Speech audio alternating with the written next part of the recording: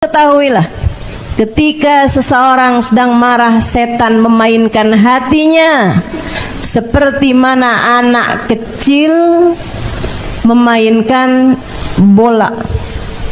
Karena ngomongnya tuh nggak pakai ilmu, nggak pakai iman, deh, nggak pakai hati gitu. Ngomongnya berdasar dari hawa nafsu. Berdasar dari nafsu, keluar dari ego. Tuh banyak nyeselnya. Assalamualaikum warahmatullahi wabarakatuh.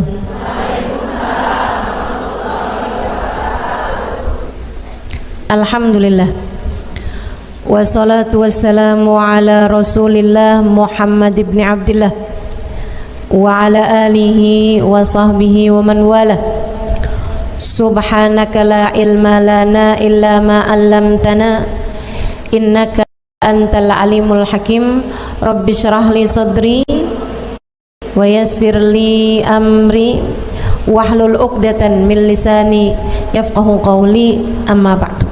Baik, sebelum kita mulai, kita akan baca niat belajar bersama-sama. Mudah-mudahan ilmunya nanti sekali lagi jadi ilmu yang manfaat buat kita sekalian.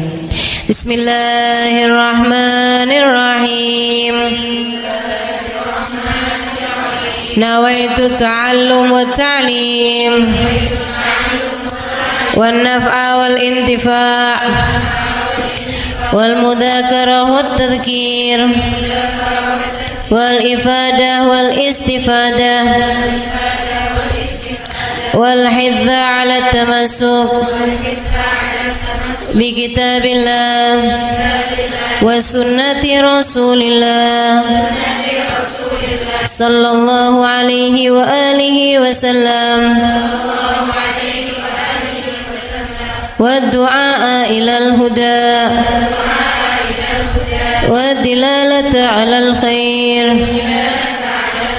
ibtigha'a mardatihi wa qurbih wa thawabih wa husnil khatimah ma'al lutfi wal afiyah wa salahil aqibah birahmatika ya arhamar rahimin. La hadratin Nabi Muhammad sallallahu alaihi wasallam wa alihi washabihi azwaji wa dzurriyyati wa ahli baiti wasallim wa jamil anbiya wal mursalin wal ulul ajma'in. Anallahu yaghfir lahum wa yarhamuhum wa ya'li darajatihim fil jannah wa yanfa'una barakatihim wa asrarihim wa anwarihim wa ulumihim wa nafaatihim fid din wa dunya wal akhirah. Al-Fatihah, baca bersama-sama. A'udzu billahi minasy syaithanir rajim. Bismillahirrahmanirrahim. Alhamdulillahi rabbil alamin arrahmanir rahim maliki yaumiddin iyyaka na'budu wa iyyaka nasta'in ihdinas siratal mustaqim siratal ladzina an'amta 'alaihim ghairil maghdubi 'alaihim waladdallin. Amin. Taqabbalallahu minna wa minkum, taqabbal ya karim. Kenapa kita banyak salah kalau ngomong? Karena kita kalau ngomong dari nafsu kita, dari keinginan kita. Kita pengen ngomong, kita ngomong, gitu kan? Banyak salahnya nih akhirnya. Mudah-mudahan Allah selalu bimbing kita, insya Allah. Amin. Makanya orang yang paling banyak salahnya itu yang banyak ngomong dari hawa nafsunya. Kalau ngomongnya berdasar dari ilmu, kayak guru lagi ngajar, nah itu lain. Karena ngomongnya berdasar dari ilmu. Kayak orang tua lagi nasehatin anaknya, nah itu banyak benernya. Karena dia ngomong kalau nggak berdasar dari ilmu, kalau nggak berdasar dari pengalaman, iya kan? Tapi kalau udah orang lagi bertengkar, nah itu nggak sempet mikir ilmu tuh. Orang lagi berantem tuh, orang lagi bertikai, nah itu kalau ngomong nggak sempet ngomongnya, nggak sempet mikir ilmu. Makanya banyak salahnya. Cobain, ibu-ibu yang kerjaannya suka marah-marah mulu tuh. Cobain sekali kamu marah dan direkam. Ya, saya saranin ini beneran.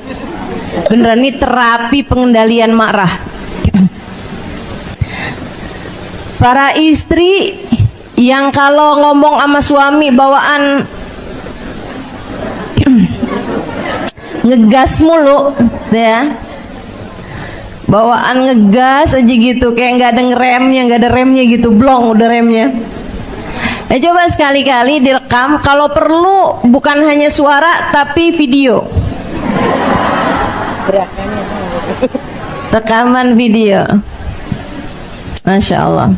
Kamu akan lihat betapa sangat menyeramkannya dirimu.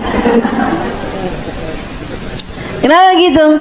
Karena ngomongnya tuh nggak pakai ilmu, nggak pakai iman, deh, nggak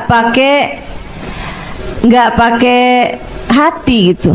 Ngomongnya berdasar dari hawa nafsu, berdasar dari nafsu, keluar dari ego. Tuh banyak nyeselnya. Ada Ibnu Mas'ud lagi marah sama budaknya. Wah, suaranya kenceng banget. Dipanggil sama Nabi. Ya Ibnu Mas'ud, nggak denger. Panggil lagi sama Nabi. Ya Ibnu Mas'ud, nggak denger juga. Orang kalau lagi marah tuh kayak gitu tuh, liatin. Serem. Dia marah lagi sama budaknya ini. Terus Nabi Muhammad teriakin lagi, ya Ibnu Mas'ud. Baru dia dengar, lebih ya Rasulullah. Tinggalkan budaknya, dia pergi kepada Nabi. Aku memanggilmu udah 3 kali Ibnu Mas'ud, saya nggak dengar wahai Rasul. Ibnu Mas'ud, ketahuilah, ketika seseorang sedang marah, setan memainkan hatinya seperti mana anak kecil memainkan bola di tangannya. Kayak gitu tuh setan, mainin hatinya orang yang lagi marah. Masya Allah. Nah, Nabi kenapa nggak banyak salahnya atau nggak ada salahnya? Bukan nggak banyak, nggak ada salahnya. Karena Nabi tidak pernah berbicara dari hawa nafsunya. Tidak pernah. Nabi selalu berbicara dari wahyunya Allah Subhanahu wa ta'ala. Dari wahyu dari Allah Subhanahu wa ta'ala. Alladzi la yantiqu anil hawa in huwa illa wahyun yuha. Semua yang disampaikan Nabi adalah wahyu yang diwahyukan oleh Allah Subhanahu wa ta'ala. Jadi Nabi ngomong iya, enggak, semuanya dari Allah Subhanahu wa ta'ala. Makanya kata Sahibul Burdah, Nabiyunal amirun nahi fala ahadun abarra fi qawli la minhu wala na'ami. Nabiyunal amirun nahi. Nabi Muhammad adalah nabi yang amir juga, nahi juga, memerintah juga, ngelarang juga. Nabi adalah orang yang memberi perintah juga, memberi larangan juga. Tapi fala ahadun abar, tidak ada siapapun yang lebih bagus ngomongnya fi qauli la, dalam berucap tidak, wala na'ami, ataupun berucap iya. Beliau adalah seorang yang terbaik dalam berucap tidak, seorang yang terbaik dalam berucap iya. Gitu. Kita kan kadang-kadang yang iya kita enggak-enggakin, yang enggak kita iya-iyain. Nah tuh, ini nih yang salah gitu. Kita kadang suka nggak ngerti gitu, yang manaan aja yang mesti kita iyain, yang mana yang mesti kita enggakin. Kenapa gitu? Itu tadi, karena kita tuh seringnya ngomong berdasar hawa nafsu. Coba belajar buat tekan hawa nafsunya, nanti kita akan jadi ngerti kapan seharusnya bilang iya, kapan seharusnya bilang enggak. Hidupmu jadi jauh lebih terarah ketika kita berpikir dengan jernih. Hawa nafsu nih yang rusak kita nih, hawa nafsu nih. Hawa nafsu, udah percaya saya deh. Hawa nafsu rusak kita teman-teman. keinginan kita pengen begini, kita pengen begitu. Nah, itu setiap kali, tapi kan saya maunya, tanyain sama diri sendiri, kalau maunya Allah gimana? Kalau maunya Allah gimana? Gitu. Jangan segala-gala yang kamu pikirin mau kamu mulu gitu. Katanya pengen jadi hamba yang Allah senantiasa memberi padamu apa maumu, maka jadilah hamba yang selalu mempersembahkan apa yang Allah Subhanahu wa ta'ala mau. Orang-orang mulia itu gitu tuh, mereka tuh ngomongnya bagus. Saya tuh dulu pernah mikir gitu kan, saya kalau ketemu banyak kayak orang-orang yang lurus-lurus, orang-orang yang ahli ibadah gitu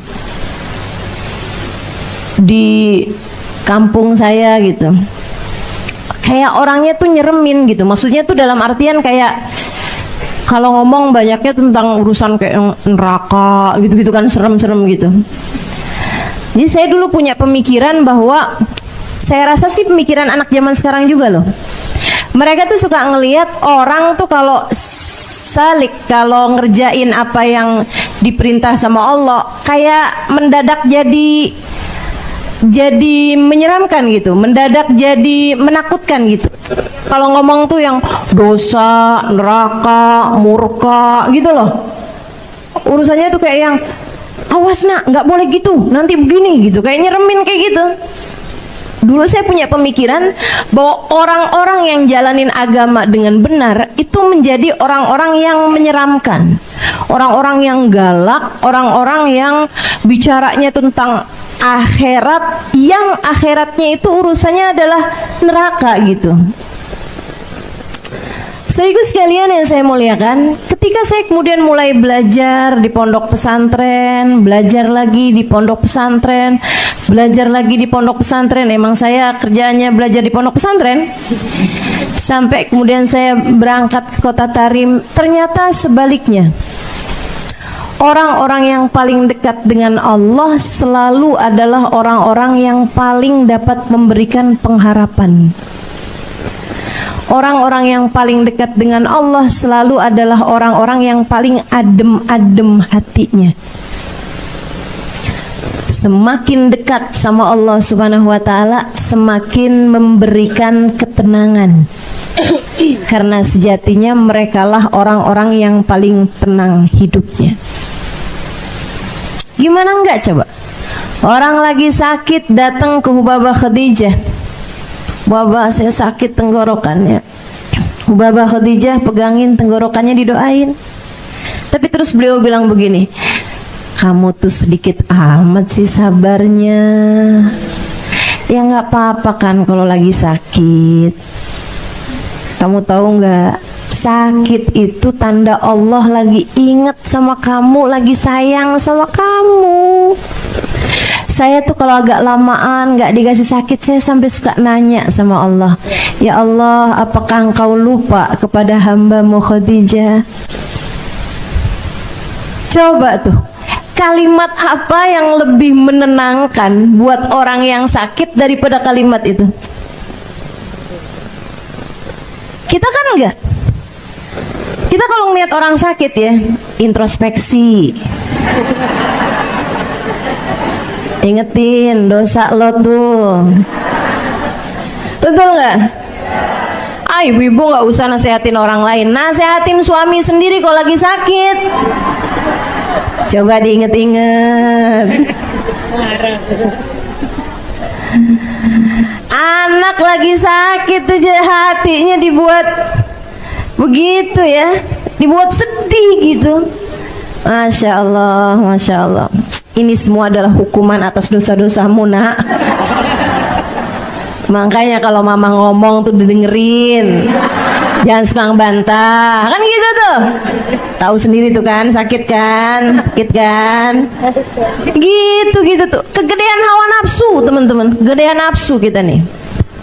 Dan itu yang bikin kita salah dalam hidup nih, banyak salahnya gara-gara itu tuh. Suka ngikutin hawa nafsu.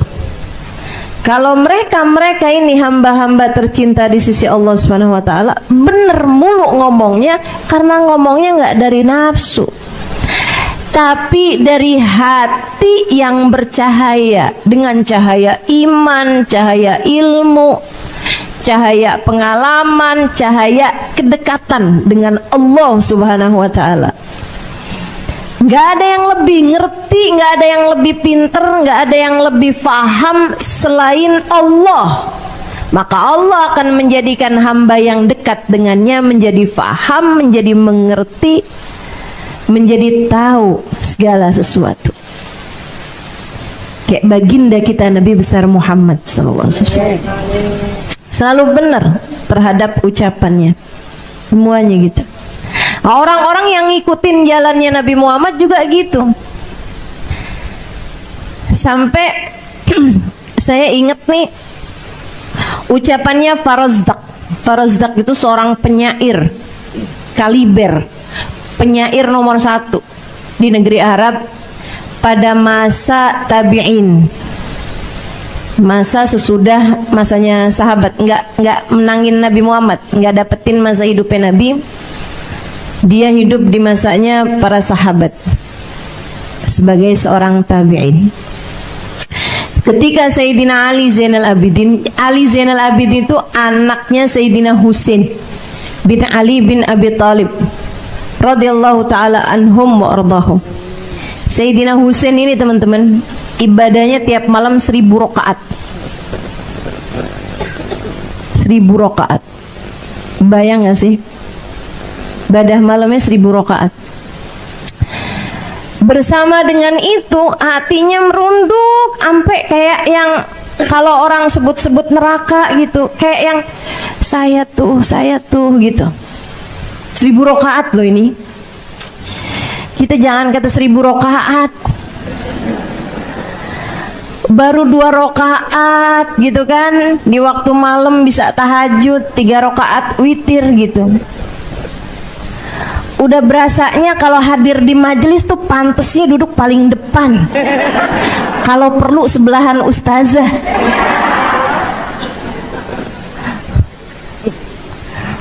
Masya Allah, Masya Allah. Ini ada orang sholatnya tiap malam 1000 rakaat, kalau disebut tentang neraka kayak ngerasa yang paling pantas buat masuk neraka. Hati luar biasa bener kalau bercahaya. Saudaraku sekalian saya muliakan, satu hari beliau lagi mengerjakan ibadah haji di tahun yang sama. Khalifah, pemimpin di zaman tersebut, kayak presiden di zaman itu yang membawahi seluruh khilafah Islamiyah, bukan hanya di Saudi Arabia, bukan, tapi Mesir masuk, Yaman masuk, ya, semua negara-negara Arab nih di bawah kepemimpinan dia ini nih, khalifahnya nih, presidennya nih. Itu teman-teman lagi melaksanakan ibadah haji juga, tapi emang zaman itu tuh masih banyak yang soleh ya. Presiden haji itu nggak pakai dihalau orang, nggak pakai nih khalifahnya mau tawaf kosongkan Ka'bah gitu, nggak pakai tuh kayak gitu. Atau misalnya Ka'bahnya di area sekitarnya dia dipakein pengawalan, nggak bisa ada orang ngedesek-desekin gitu, nggak. Zaman itu tuh nggak, khalifah ya udah gitu, ikutan haji barengan orang, ikutan tawaf barengan orang, tapi memang ada orang-orang di sekelilingnya juga gitu, ada beberapa sukanya. Abis dia tawaf pengen cium Hajar Aswad, nggak bisa-bisa. Khalifah loh ini, ya kan? Sekarang nih kadang-kadang orang pengen cium Hajar Aswad susah-susah, dia manggil joki. Tahu nggak sekarang ada joki Hajar Aswad? Udah berapa tahun sih itu? Ya Allah, ya Allah. Saya pernah ditawarin juga gitu. Mau cium Hajar Aswad 300 real. Iya. 300 real cium Hajar Aswad. Gak tau, pokoknya dia akan sikut sana sikut sini gitu ya, sampai bisa bikin kita bisa cium Hajar Aswad gitu kali ceritanya. Saya juga nggak tahu, emang nggak pernah nyoba juga pakai joki. Itu teman-teman sekalian, Khalifah mau nyium Hajar Aswad, rame banget, penuh banget, dia nggak bisa tuh. Di saat lagi kayak begitu, tiba-tiba dari arah masjid mau menuju ke Ka'bah, datang Ali Zainal Abidin. Ini urusannya pengawalan langit. Nah, ini lain nih, kalau orang-orang pakai pengawalan langit, pakai jalur langit nih, kita nggak bisa ada yang nyaingin. Kalau udah orang sama Allah dikasih jalurnya jalur langit, dan nggak ada yang bisa ngalahin. Allah kalau udah mau naikin orang, nggak ada sesiapa pun bisa nurunin orang. Kalau udah lewat jalur langit, dijatuhkan sama Allah, nggak ada yang bisa naikin. Urusan jalur langit memang udah nggak ada lawan. So ikut sekalian saya muliakan, nih hamba-hamba jalur langit Sayyidina Ali Zainal Abidin bin Husain bin Fatimah bintun Nabi sallallahu alaihi wasallam. Begitu dia masuk aja ke area Mataf, ke area pelataran Ka'bah, itu dari tempat dia berdiri langsung jalanannya sepi sampai ke Hajar Aswad. Langsung ada jalur, langsung bisa lihat Hajar Aswad, kosong Hajar Aswadnya langsung. Orang-orang tuh kayak awas gitu. Khalifah lihat dong, siapa nih, kata Khalifah, siapa ada orang yang dimuliain sampai segitunya sama orang? Siapa dia orangnya yang sampai membuat semua mata tertunduk, semua kepala patuh sama dia ini gitu. Dilihatin orangnya kayak biasa-biasa aja tampilannya, nggak pakai imamah gede-gede, jenggotnya nggak yang panjang kayak apaan gitu. Biasa tampilan para habaib gitu tuh. Baju sederhana, segala sederhana gitu kan. Dia nanya sama orang-orang di samping-sampingnya, siapa dia? Kata Khalifah nih, ternyata orang-orang di sampingnya nih memang orang-orang yang biasa deket sama pejabat, yang kadang-kadang suka nggak mau kalau si pejabat ini ngerasa rendah hati, ada orang ngerasa minder, ada orang yang dimuliain lebih daripada dia gitu. Suka ada penyakitnya nih, penyakitnya orang yang deket sama orang besar. Dia nggak mau kalau orang besar itu jadi merasa rendah karena ada orang lain yang dibesarkan lebih daripada dia. Ini penyakitnya nih, penyakitnya orang deket sama pejabat gitu ya. Suka nutupin kritik-kritik dari rakyat yang gitu-gitulah. Mudah-mudahan Allah selamatkan kita semuanya dari penyakit-penyakit yang nggak bener. Dia bilang kayak gini, dia kenal. Cuma dia bilang, tahu tuh siapa sih tuh? Kayak nadanya tuh kayak yang songong amat, siapa sih tuh? Gitu. Nadanya kayak yang siapa sih emang? Pura-pura nggak kenal. Pura-pura nggak kenal. Pak Rozdak pas kebenaran banget ada di situ. Dia bilang, oh kamu nggak tahu siapa dia? Saya tahu. Hadzal ladzi ya'riful batha'a wat'atuhu wal urbu ya'rifuhu wal haramu. Ini adalah seseorang yang tanah mana yang nggak kenal sama dia. Tanah Mekah ini kenal kepadanya. Demikian pula orang Arab dan orang Ajam semua kenal padanya. Hadza ibnu Fatimah in kunta jahiluhu bijaddi anbiya Allahi qad khutimu. Ini adalah putranya Fatimah, putri Nabi Muhammad. Jika kamu nggak tahu, kakeknya lah, dengan kakeknya lah semua nabi-nabi dipungkasi. Diakhirinya nabi-nabi dengan kakeknya dia.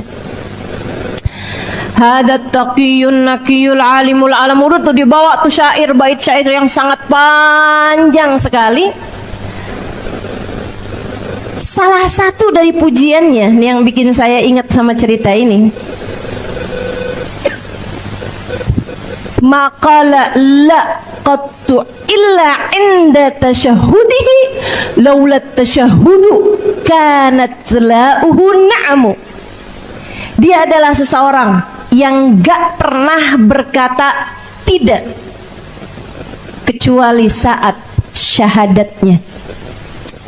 Andai tidak karena syahadat, la-nya akan berubah juga menjadi na'am. Syahadat la ilaha illallah. Ini Sayyidina Ali Zainal Abidin, katanya Farazdaq, adalah seseorang yang tidak pernah berkata tidak. Selalu iya aja. Satu-satunya tidaknya adalah di kalimat la ilaha illallah. Andai tidak karena syahadat, andai tidak karena tasyahud, syahadat, la-nya juga bakal berubah jadi na'am juga. Saya ketika baca ini saya pikir-pikirin, ya Allah, saya nih dalam hidup kebanyakan bilang enggak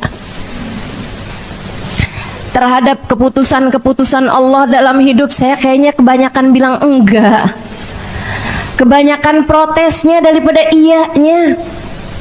Dikasih sehat panjang banget, jarang-jarang bilang naam, naam, naam. Giliran dikasih sakit dikit langsung bilang kenapa ya? Iya, kamu juga ngelihat suami kayak yang, duh kok suami saya ini ya. Dikasih anak, kenapa ini anak saya begini? Kayak banyak enggaknya gitu, kayak banyak protesnya gitu terhadap apa yang terjadi dalam hidup kita tuh kayak kurang merunduk untuk bilang iya ya Allah, makasih ya Allah, betul ya Allah, ini yang terbaik ya Allah, iya ya Allah. Orang-orang mulia, saudariku sekalian, mereka tahu bagaimana menata rasa hingga mereka faham bagaimana mengolah kata. Mereka adalah orang-orang yang cahaya masuk dalam hati mereka, menerangi langkah kehidupan mereka, sehingga selalu tahu apa yang harus dilakukan dan apa yang harus dikatakan dalam segala keadaan. Kita harus belajar untuk itu. Naikin mutu kehidupan, naikin kualitas hidup dengan belajar untuk lebih benar dalam berbicara, lebih benar dalam menyampaikan segala sesuatu. Insya Allah Nabi Muhammad selalu benar. Nah begitu, karena tidak diikut sertakannya ego, hawa nafsu dalam setiap ucapan-ucapan beliau. Belajar lagi, insya Allah. Yuk sekarang, kalau ngadepin suami, apa yang diomongin, apa yang mau dilakuin, pikirin dulu. Mikirinnya apa Ustazah? Dampaknya untuk akhiratmu. Mikirinnya gitu. Ini saya kalau ngomong kayak gini, ntar akhirat saya gimana keadaannya nih? Ini saya kalau mau menyampaikan seperti ini, akhirat saya gimana nih keadaannya nih? Ini kalau saya mau berbuat kayak begini, akhirat saya gimana nih keadaannya nih? Ngeliat dompet di saku suami, dibuka, banyak duitnya merah-merah. Mau ngambil, mikirin dulu, nih gimana nih akhirat saya nih? Saya ambil nih gimana nih akhirat saya nih? Mau marah-marah sama suami, mikirin nih akhirat saya gimana nih kondisinya nih kalau saya marah-marah nih. Karena orang kalau udah marah, teman-teman saudara sekalian, ikutin hawa nafsu, itu setan main-mainin hatinya kayak anak kecil mainin bola. Pernah lihat anak kecil mainin bola? Serem, tendang sana, tendang sini, lempar sana, lempar sini. Kayak gitu tuh persis hatimu kalau lagi marah. Makanya Nabi Muhammad alaihi wasallam diajarin kita buat enggak kebawa ama amarah. La taghdab falakal jannah, kata Nabi. Jangan mudah marah, bagimu surga. Nanti dijanjiin kayak gitu Nabi Muhammad alaihissalam. Ada seorang pemuda, emang orangnya nggak bisa nahan amarah. Dia datang pada Nabi Muhammad di antara orang-orang lainnya, nggak lagi marah, lagi biasa aja gitu. Dia bilang, ya Rasulullah, ausini, wahai Rasul, kasih saya nasihat. Nabi Muhammad bilang sama dia, la taghdab, jangan marah, jangan gampang marah. Kok kayak nggak enak gitu dinasehatin, cuman gitu doang. Maunya tuh kayak yang lain-lain juga gitu, nasihatin macem-macem. Jadi dia ke arah yang lain, dia nanya lagi, ya Rasulullah, ausini, wahai Rasul, kasih aku nasihat. Nabi Muhammad bilang, la taghdab, jangan marah. Faraddada miraran faqala la taghdab. Dia berulang-ulang kali minta nasihat Nabi Muhammad, dan berulang-ulang kali pula Nabi Muhammad memberi padanya nasihat, jangan mudah marah, jangan marah, jangan marah, teman-teman. Yuk belajar. Ustazah, saya memang orangnya kayak begitu. Enggak gitu. Enggak gitu. Percaya saya, kamu enggak gitu. Saya memang karakter saya tuh Ustazah, saya memang orangnya mudah marah gitu. Enggak teman-teman. Jangan percaya, itu omongan setan.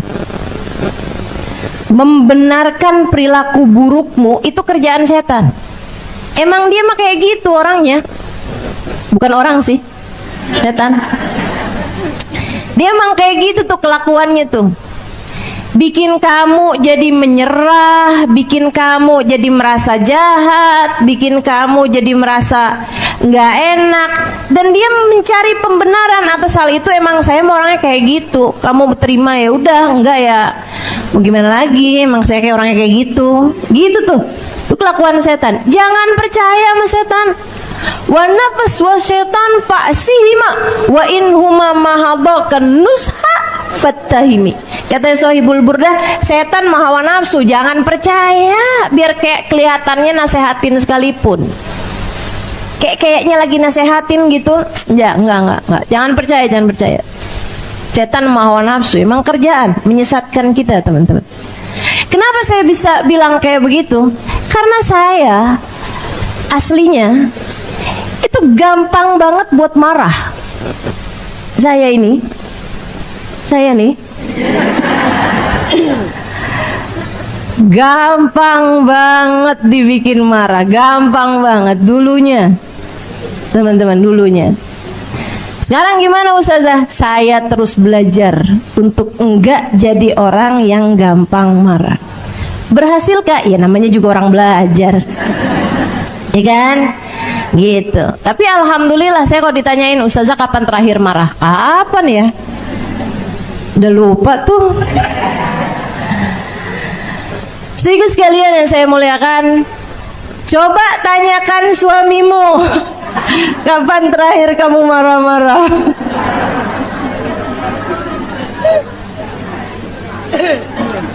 Dan mari terus belajar.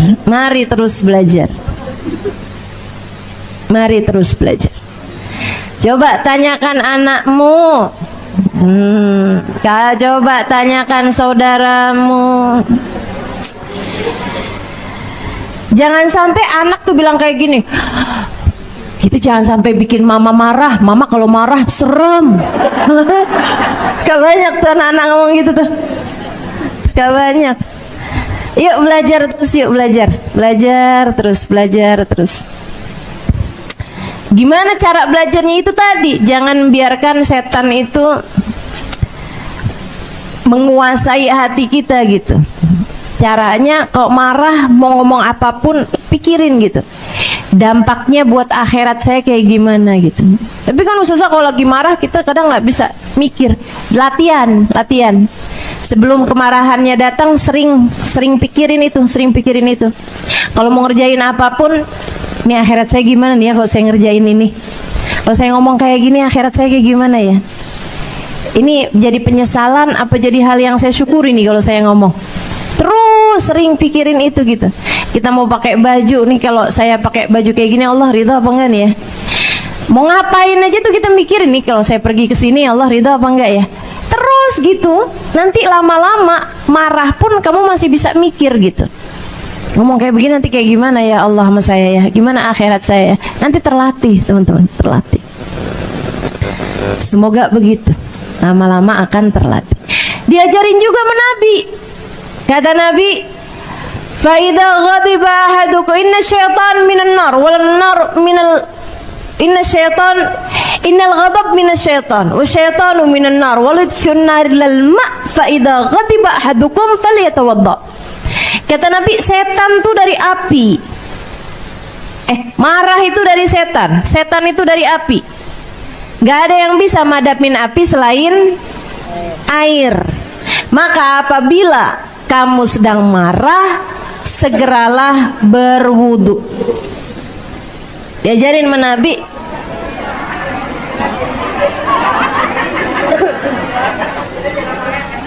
Segeralah siram air.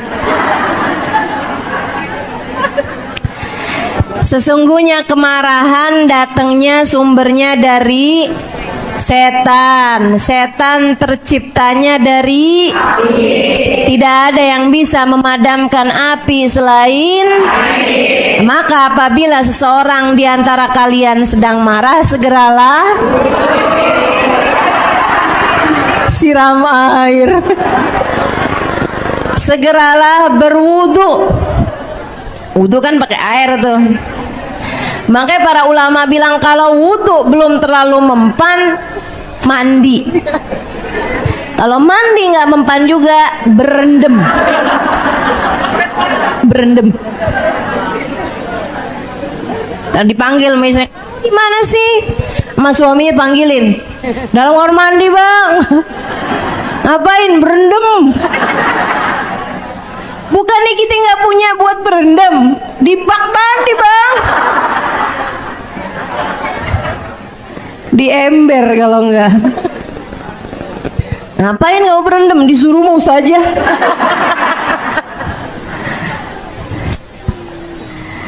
Aduh. Gitu saya sekalian.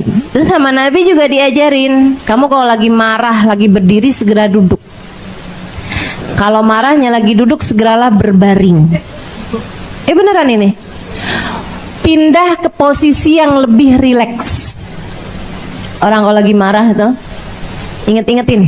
Ini ya, ini salah satu tips and trick dari orang yang udah belajar dalam mengalahkan kemarahannya. Yuk, diamalin. Buat siapapun yang gampang marahan, nih ilmunya. Emang belajar mah kayak gitu. Belajar tuh bukan cuman urusan-urusan sholat, ibadah. Mengalahkan kemarahan itu sesuatu hal yang harus kita pelajari. Jadi kalau kamu lagi marah tuh, kalau lagi datang marah di saat kamu duduk, jangan berdiri. Kebanyakan orang seperti itu, karena memang dikuasai hawa nafsu, dikuasai nama setan tuh kayak gitu tuh. Lagi duduk ngelihat HP suami atau kelihatan HP suami, udah transfer sayang, waduh. Biasanya langsung sontak berdiri tuh, apa? Wah.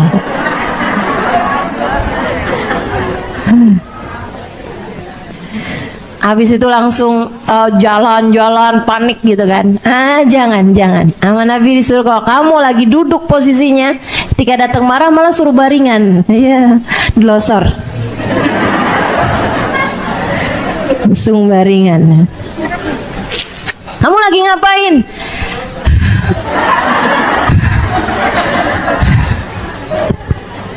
Marah ternyata. Yuk belajar menguasai kemarahan, biar hidup nggak banyak nyeselnya. Amin. Wa annahu alaihi salatu wassalam sadiq fi jami' ma akhbara bihi anillahi ta'ala. Nabi Muhammad selalu benar terhadap apapun yang dia sampaikan dari Allah, yang beliau sampaikan dari Allah, Sebab semua ucapan Nabi Muhammad adalah wahyu dari Allah Subhanahu wa taala, tidak pernah bersumber dari hawa nafsunya. Minas sirat, ketika beliau mengabarkan tentang jembatan sirat, saya udah terangkan ini ya di pertemuan yang lalu. Betapa tipisnya jembatan sirat, lebih tipis daripada rambut, lebih tajam daripada pedang. Tidak ada yang bisa selamat di sana kecuali yang diselamatkan Allah Subhanahu wa taala. Macam-macamnya orang ketika melewati jembatan sirat, ada yang secepat kilat, sekejapan mata, torfat ain, langsung nyampe itu. Nah, itu kelas-kelasnya Nabi, kelas-kelasnya para wali. Ada yang lewatnya seperti angin yang bertiup. Angin bertiup kan cepet tuh, nyampe deh tuh. Ada yang lewatnya kayak orang yang naik kuda yang cepet. Tapi teman-teman, jembatan sirat itu panjangnya 500 tahun perjalanan. Jadi kayaknya kayak orang naikin kuda yang cepet, kok ibarat sekarang kayak orang naik bus. Itu tuh masih tetap lama tuh, 500 tahun perjalanan. Coba gimana kita hidup aja nggak nyampe 100 tahun, ini kayak 500 tahun perjalanan nih, lama banget kan kalau dinaikinnya pakai kuda gitu. Mudah-mudahan Allah selamatin kita semuanya, amin. Kemudian kayak orang lari, tapi ya selamat juga gitu, tapi kayak orang lari. Kemudian yang terakhir kayak orang jalan. Ya Allah, ya Allah. Jalan untuk sesuatu yang 500 tahun perjalanan tuh kebayang gak kapan sampainya? Nah, di antara yang jalan-jalan itu ada yang jatuh. Ada yang jatuh. Siapa yang jatuh? Yang masih punya sisa dosa yang belum diampuni Allah Ta'ala. Ada yang punya sisa dosa, dosanya itu bikin dia merasakan panas di mahsyar. Udah tuh kehapus. Jadi pas lewat jembatan selamat sampai ke ujung. Ada yang punya dosa, dosanya itu bikin dia dipermalukan di hari hisab. Ada. Udah tuh mentok di hisab, malu, Allah gugurkan dosa-dosanya. Ada juga yang dosa-dosanya tuh masih sisa karena banyak gitu kan. Matinya bawa iman, tapi dosanya masih banyak. Sehingga ketika melewati jembatan, dia pun harus transit dulu di bawahnya, di api neraka. Sepanjang masanya dia melebur dosa-dosanya. Asal mati bawa iman, satu saat nanti keluar dari dalam api neraka, kebanyakannya dengan syafaat Nabi besar Muhammad. Asal matinya bawa iman, berarti dia umat Nabi Muhammad. Nah, umat Nabi Muhammad nih biar kayak apa, nantinya bakal keluar juga dengan syafaatnya Nabi besar Muhammad. Kayak gitu. Yang serem tuh, paling serem yang mati nggak bawa iman. Makanya itu yang paling ditakutkan sama para ulama-ulama kita, orang-orang soleh kita. Sampai katanya Imamul Haddad dalam munajatnya, qad kafani ilmu rabbi min su'ali wa ikhtiyari fa du'ai wa ibtihali syahidun li biftigari. Allah telah tahu segala sesuatu tentangku, apa perlunya aku mengadu? Jika aku tetap meminta kepadamu ya Allah, adalah agar aku senantiasa terlihat mengemis di pintumu. Dalam munajatnya itu di akhirnya beliau bilang, hajatan fin nafsi ya Rabb faqdiha ya khaira qadi. Hajat saya yang satu ini ya Allah, tolong ijabah, jangan tolak ya Allah. Hajatan fin nafsi ya Rabb faqdiha ya khaira qadi.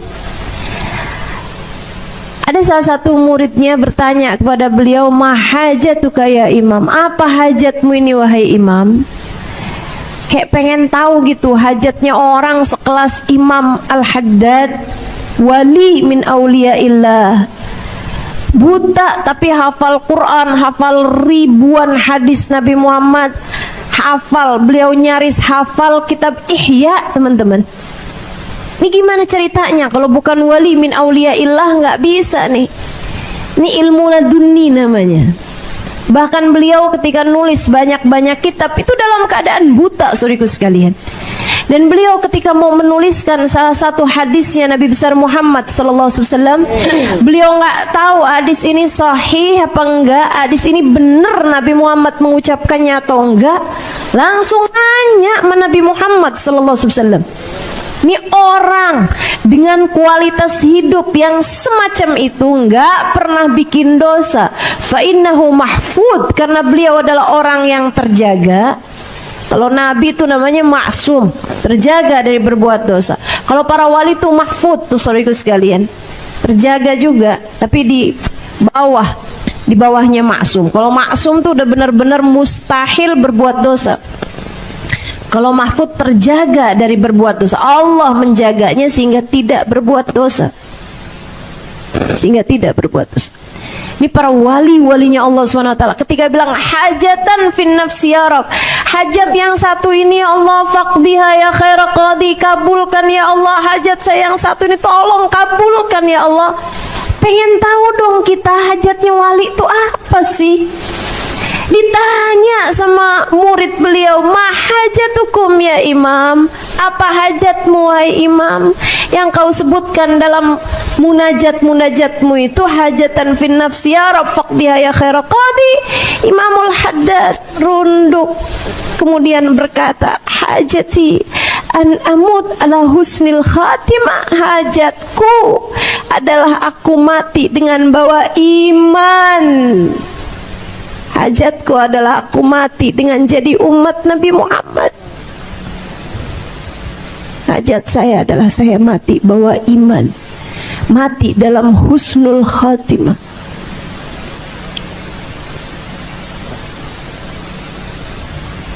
Kita kadang-kadang kalau kayak doa, ya Allah, iman Islam tetepin dalam hati ya Allah, kayak yang ya iyalah, masa hidup aja beriman, masa sih mati nggak beriman gitu. Kita nggak tahu bahwa itu tuh, nih kita hidup nih ujian tuh saudara sekalian, ujian buat Allah lihat nih orang ini pantas mati bawa iman apa enggak.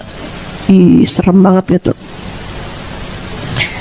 Kamu punya anak yang anakmu misalnya, mohon maaf ya, punya kekurangan gitu ya, nggak pinter misal gitu, anakmu nggak naik kelas gitu, itu ujian. Ujian apa? Ujian keimananmu untuk Allah lihat kamu dikasih anak kayak begini, bisa nggak nih kamu pertahankan keimananmu. Untuk aku lihat nanti kamu mati bawa iman apa enggak.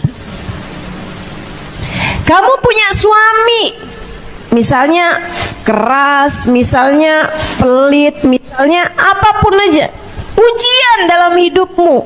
Allah mau lihat suamimu sakit, suamimu kena kecelakaan misal gitu ya, itu adalah ujian dalam hidupmu teman-teman. Allah mau lihat nih yang ini nih, istri yang satu ini nih pantas gak buat dia mati, aku pertahankan iman dalam hatinya. Apapun yang datang dalam hidup kita nih teman-teman, kamu lagi dikasih sakit, kamu lagi dikasih sulit, kamu lagi dikasih apapun ujian, hasilnya bahwa imankah dirimu itu saat kematian. Allah mau lihat, Allah mau lihat pantas nggak nih iman dia bawa nih, berhasil nggak nih. Makanya ketika kamu mati bawa iman di dalam hatimu, bawa cinta dalam hatimu pada Allah dan Rasulnya, itu kayak orang lagi ditulis di lembarannya lulus. Dia tuh stempel kelulusan dalam hidupmu adalah kamu mati dengan membawa iman. An amut ala husnil khatim. Sebab kau udah matinya nggak bawa iman, udah tuh nggak ada siapapun bisa menyelamatkanmu. Tidak bahkan baginda Nabi Muhammad sallallahu alaihi wasallam. Kau udah mati, kamu nggak lagi orang yang beriman, kamu mati dalam keadaan Tuhan kamu udah bukan Allah lagi, kamu udah nggak percaya lagi sama Nabi Muhammad, udah tuh. Udah, gak ada yang bisa menyelamatkanmu, teman-teman. Makanya hati-hati dalam hidup nih, hati-hati sama suami yang benar, sama anak yang benar, sama keluarga yang benar. Jangan putus silaturahim sama keluarga, sama kerabatmu tuh yang baik-baik, sama tetangga yang baik, sama orang yang baik. Jangan punya hati yang tega nyakitin siapapun, jangan teman-teman. Itu ujian keimanan semuanya, ujian keimanan. Ngadepin mertua begini, ngadepin ipar begini, ujian bagi keimananmu. Yang benar ngadepinnya, yang benar. Ujian dalam hidupmu tuh kerjain dengan benar. Belajar lagi, kita belajar terus untuk bisa menaikkan kualitas hidup kita. Insya Allah.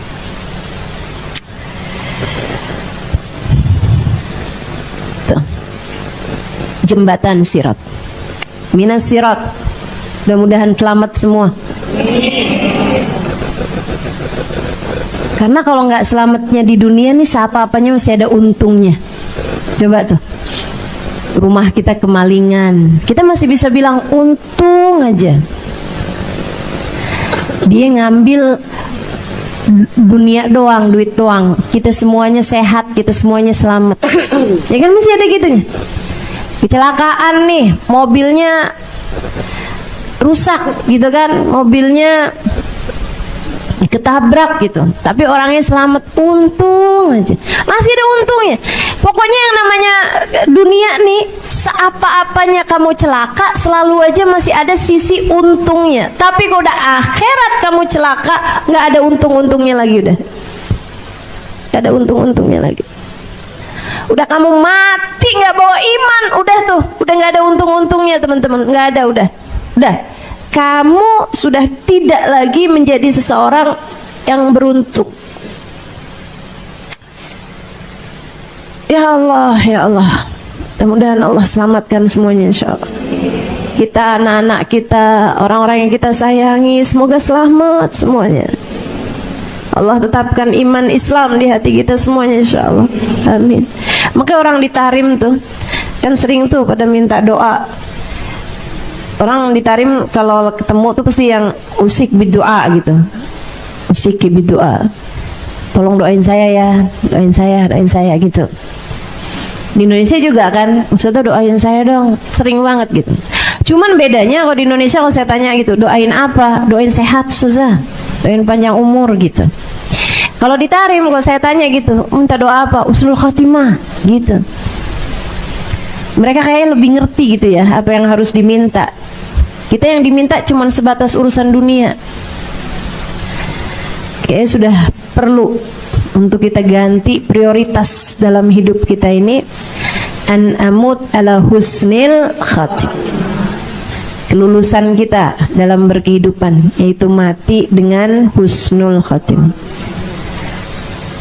Biar seapa-apanya masih ada kesempatan kita untuk kembali dinaikkan saat kita terjatuh, saat melewati jembatan sirat, jatuh ke neraka untuk meleburkan dosa-dosa, tapi ada kesempatannya untuk naik kembali di atas jembatan dengan syafaat Nabi Muhammad, semoga. Amin. Dapat syafaat orang-orang mulia, semoga. Amin. Minas sirat. Wal mizan, juga timbangan. Inna kaffatal mizan ma bainas samai wal ard. Sungguhnya di akhirat nanti itu ada timbangan, kata Nabi Muhammad, dan raca, 2 timbangan, hasanat wa sayiat, dosa sama pahala ditimbang. Dan itu saudara sekalian, satu kafahnya, satu neracanya, ma bainas samai wal ard, segede langit dan bumi. Segede antara langit dan bumi, gede banget, yang mau ditaruh tuh gede banget. Makanya mesti punya banyak pahala buat ngegedein timbangan pahala kita. A'udzubillahi minasyaitonirrajim. Fa amman thaqulat mawazinuhu fa huwa fi 'ishatir radiyah. Adapun orang-orang yang berat timbangan amal kebaikannya, maka dia akan berada dalam kehidupan yang menyenangkan. Fama man khaffat mawazinuhu fa ummuhu hawiyah. Adapun orang yang ringan timbangan amal kebaikannya, ringan pahalanya, fa ummuhu hawiyah, maka ibunya adalah hawiyah. Wa ma adraka ma hiya, kamu tahu apa itu hawiyah? Narun hamiyah. Ibunya adalah narun hamiyah, neraka yang sangat panas, membakar. Kenapa kok bahasanya fa ummu hawiyah? Sebab ibu tuh kalau anaknya datang dia bakal meluk. Apalagi udah lama terpisah. Kamu baru terpisah beberapa jam aja karena anak berangkat sholat, berangkat sekolah TK. Begitu dia keluar, kamu siap melukin dia karena kamu adalah ibunya. Dan anak juga tuh, diantara sekian perempuan-perempuan, dia gak akan nyari mana yang paling cakep ya, enggak. Dia akan nyari kamu karena kamu adalah ibunya. Dia akan kembali kepada ibunya. Itu yang Allah maksudkan fa ummu hawiyah. Maka tempat kembalinya dia, ibu yang akan memeluk dia adalah api neraka yang sangat panas. Serem banget. Allah tuh memang, bahasa Al-Quran itu teman-teman, ngeri banget. Bisa gitu Allah tuh naroin bahasanya tuh fa ummu hawiyah. Serem banget kan. Enggak fa mau'iduhu hawiyah, fa mi'aduhu hawiyah, maka tempat kembalinya adalah hawiyah gitu.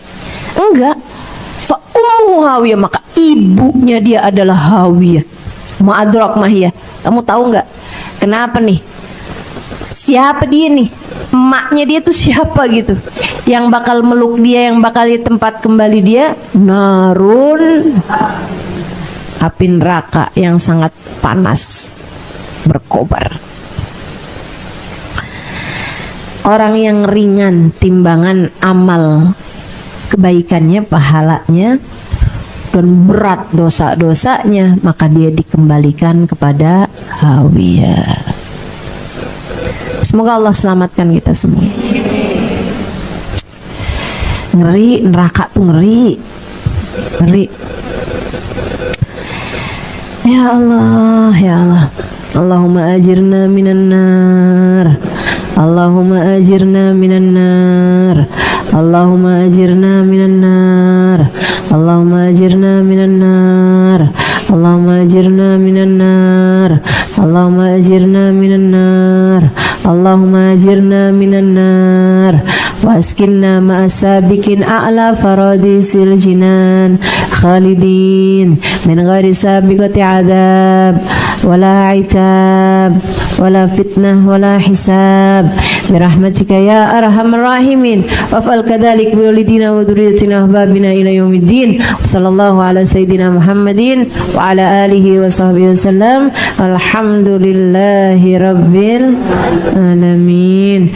Ya Allah, selamatkanlah kami dari api neraka-Mu ya Allah. Tempatkanlah kami ke dalam surga-Mu ya Allah, tanpa hisab, tanpa adab, tanpa itab, tanpa dicela terlebih dahulu ya Allah, tanpa dijelek-jelekan terlebih dahulu, tanpa harus menanggung rasa malu terlebih dahulu. Masukkan kami ke dalam surga-Mu ya Allah. Khalidin, kekalkanlah kami di dalamnya. Waf'al kadzalik walidina, demikian pula lakukan hal yang sama untuk dua orang tua kami. Mauladina, anak-anak kami. Wahbabina, orang-orang yang kami sayangi ya Allah. Ila yaumiddin, sampai akhirat nanti ya Allah. Rahmatika ya arhamar rahimin, rahmatmu yang kami harapkan, wahai Zat yang paling pengasih dan penyayang. Baca doa itu habis subuh 7 kali, habis maghrib 7 kali. Ada hadisnya, siapa yang minta perlindungan kepada Allah dari api neraka di pagi hari, kalau dia meninggal hari itu, Allah akan bilang, ini adalah hambaku yang telah memohon kepadaku perlindungan dari api neraka, maka hindarkanlah dia, wahai malaikatku, dari api neraka selama-lamanya. Siapa yang bacanya ba'da maghrib, kalau dia meninggal malam tersebut, maka dia juga akan digitukan Allah Subhanahu wa taala kepada para malaikat-malaikatnya, wahai malaikatku, amankanlah hambaku dari api neraka selama-lamanya, sebab dia telah memohon perlindungan kepadaku dari api nerakaku. Nah, karena kita nggak tahu kapan kita mati, baca tiap hari, habis subuh sama habis maghrib. Insya Allah teman-teman saudara sekalian, kalau kamu adalah orang yang akan dihindarkan dari api nerakanya, insya Allah ngepasin meninggal dunia di hari yang subuhnya kamu baca itu, ba'da maghribnya, atau kalau malam ba'da maghribnya kamu baca itu. Dan kalau orang itu memang akan Allah Subhanahu wa taala masukkan ke dalam api nerakanya, akan dimasukkan ke dalam api nerakanya, dia bakalan meninggal dunia di hari yang subuhnya dia nggak baca itu, atau di saat malam meninggalnya, maghribnya nggak baca itu gitu. Makanya kita mesti istiqomah, mudah-mudahan terus saja baca habis maghrib sama habis subuh. Biasanya dibacanya habis doa ya. Habis kamu doakan, sebelumnya kan baca istighfar, baca ayat kursi, baca subhanallah 33 kali, alhamdulillah 33 kali, Allahu Akbar 33 kali kan gitu ya.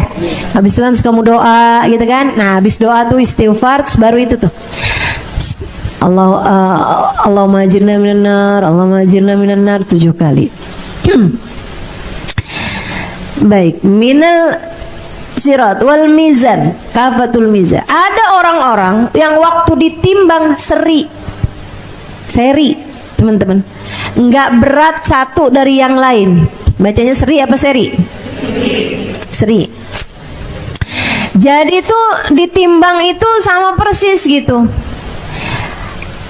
Nggak ada yang bisa keputusannya nih, nggak bisa nih. Jadi kayak gimana tuh kalau kayak gitu? Repot. Ada juga orang yang timbangannya tuh seri gitu, terus Allah bilang malaikat periksa lagi. Mungkin ada satu aja gitu amalan yang bisa naikin, entah itu timbangan kebaikan, entah itu timbangan keburukan. Imam Ghazali dalam kitabnya Minhajul Abidin, kalau saya nggak salah ingat, itu beliau mengatakan, kamu tiap kali mau bikin dosa, kamu pikirin jangan sampai ini adalah yang bikin kamu jadi nggak seri,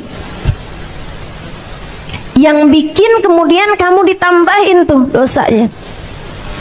Tiap kali kamu mau ngerjain pahala sekecil apapun, jangan tinggalkan, siapa tahu itu adalah yang bikin timbangan amal kebaikanmu jadi nambah gitu. Saat kamu dalam keadaan seri itu teman-teman saudara sekalian, itu kan akan diperiksa lagi tuh catatan kamu tuh, barangkali ada yang nyempil. Nah, yang nyempil tuh biasanya amalan-amalan kecil gitu. Bahkan satu subhanallah yang tersisa bisa dinaikkan di timbangan amal kebaikan. Bahkan satu pandangan haram yang kamu lihat seorang laki-laki dengan rasa suka, ih ganteng ya, bisa saja jadi naikin timbangan amal keburukan. Bisa saja satu ucapan kasar kecil, satu ucapan kayak yang bisa aja sekedar yang kayak yang kamu ucapkan kepada orang tuamu saat orang tuamu memerintahkan sesuatu. Bisa saja kamu ucapkan kepada suamimu saat dia menyuruhmu sesuatu. Bisa saja memberatkan timbang dosamu. Karenanya pesan dari Sayyidina Ali Zainal Abidin, jangan remehkan dosa sekecil apapun. Siapa tahu ia jadi penyebab Allah murka padamu. Jangan remehkan kebaikan sekecil apapun. Siapa tahu ia jadi penyebab Allah sayang padamu. Kita nggak tahu. Itu mizan. Ada lagi orang seri nih timbangannya nih, nggak berat satu, nggak berat yang lain. Pas banget 50-50. Malaikat periksa, udah semuanya udah ditimbang. Kalau gitu tunda, biarin dulu nih, biarin dulu. Saya mesti gimana nih nasib saya nih, katanya yang ditimbang nih. Yaudah gini aja dah, silahkan kamu jalan-jalan di mahsyar. Ngapain? Saya disuruh jalan-jalan ngapain? Minta sumbangan. Coba tuh, disuruh minta sumbangan. Ini Imam Ghazali ceritain nih. Kalau nggak di Minhaj, kalau nggak di Ihya, teman-teman, di Ihya kayaknya, di Ihya, Ihya Ulumuddin, 5 jilid tuh ya. Itu baru ngeliat kitabnya aja udah males bacanya. Tebel banget. Tapi ya belajar mah harus kan, segede apapun. Nah itu tuh ada tuh di kitab itu. Boleh aja sih kalau yang ustazah ngomong beneran apa enggak sih, ini ada dalilnya apa enggak sih. Silakan dibuka kitabnya. Saya yakin temen-temen juga baru ngeliat kitabnya agak ngerti, udah dah percaya aja dah.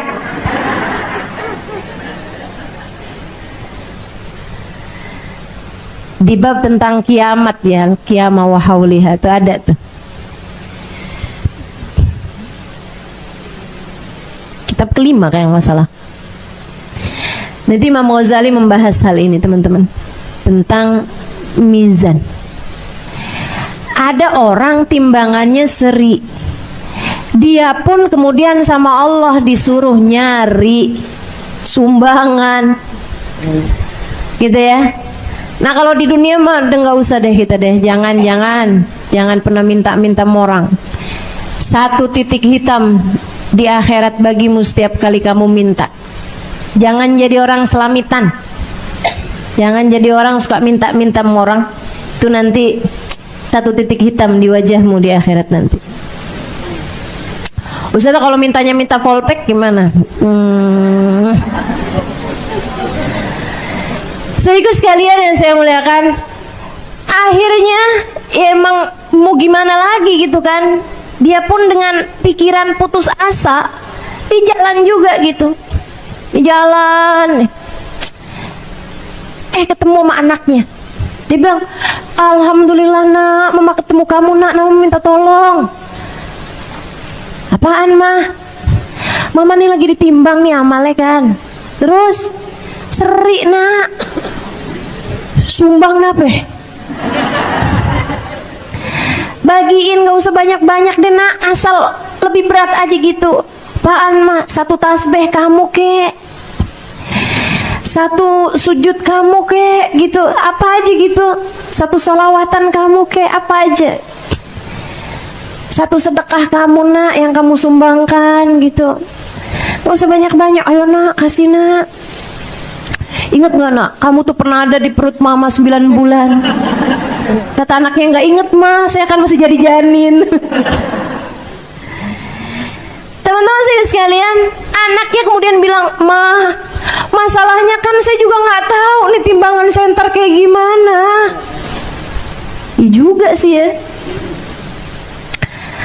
Anak gak bisa nyumbang, suami gak nyumbang, orang tua nggak nyumbang karena mereka juga takut di padang mahsyar kan gimana kabar timbangan dia nih gitu, lagi sama-sama ditimbang, lagi masih perhitungan amal gitu. Di saat dia udah bertahun-tahun nyari sumbangan, itu mahsyar tuh urusannya nggak ada yang sebentar. Di saat dia udah bertahun-tahun minta sumbangan nih nggak dapet, saat dia udah mulai putus asa, udah mau gimana lagi, udah dah nasib saya kayaknya nih. Saat orang-orang udah pada masuk surga, kayaknya masih saya ada di timbangan aja nih urusannya. Tahu-tahu ada yang nanya, ngapain? Minta sumbangan. Oh, kenapa soalnya? Soalnya amal ibadah saya seri nih. Oh, kalau gitu punya saya aja dah. Lah, nemu. Ya udah punya saya aja dah. Yuk, kita bawa nih. Malaikat dapat nih. Oh iya. Amalan dia nih. Taruhin. Alhamdulillah, jadi berat kan? Laporan sama Allah. Ya Rob, dia udah bisa masuk surga nih karena timbangan amal kebaikannya udah lebih berat daripada dosa-dosanya. Kata Allah, dapat mana sumbangannya? Dapat dari fulan bin fulan. Kok kamu nyumbang? Kamu udah banyak ya pahalanya. Enggak ya Allah, justru atu-atunya. Ini bener nih, Ihya cerita begitu. Justru satu-satunya sedekah saya di dunia, satu-satunya kebaikan saya adalah bersedekah di dunia. Kata Allah, kenapa kamu mau mensedekahkannya sama orang? Ya Allah, daripada dua orang hamba mau masuk neraka, mendingan dah salah satu kayak gitu. Saya nggak akan masuk surga dengan satu saja amal ibadah saya dibandingkan dengan segitu banyak dosa-dosa saya. Maka biarkan dia masuk ke dalam surgamu ya Allah, biar ada yang selamat dengan amal ibadah saya ini. Kata Allah, kamu telah dermawan di hari yang tidak ada sesiapapun mau dermawan.